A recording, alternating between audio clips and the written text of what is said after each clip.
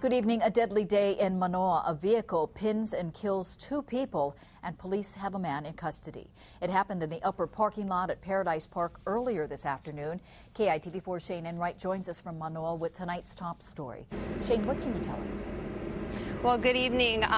We're told that the victim and suspect were friends and that they had just finished eating lunch. Officials say bystanders were able to free the victims before emergency responders arrived.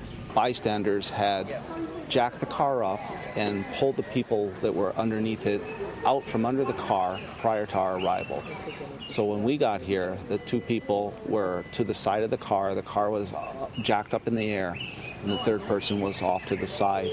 We immediately began assessing. The 2 people were unresponsive, so we began resuscitation efforts.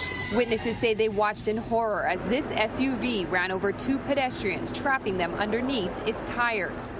Police say a 77-year-old man was killed, also killed a 68-year-old Makiki man. Sweetest person you could ever meet. He'll do anything for you.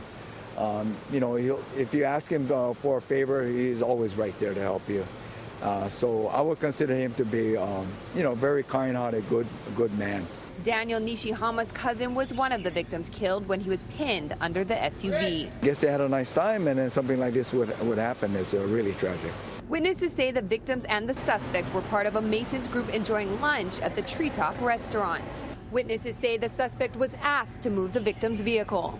People on scene say the vehicle involved is modified for a handicapped driver, and the suspect was unfamiliar with how to drive the SUV.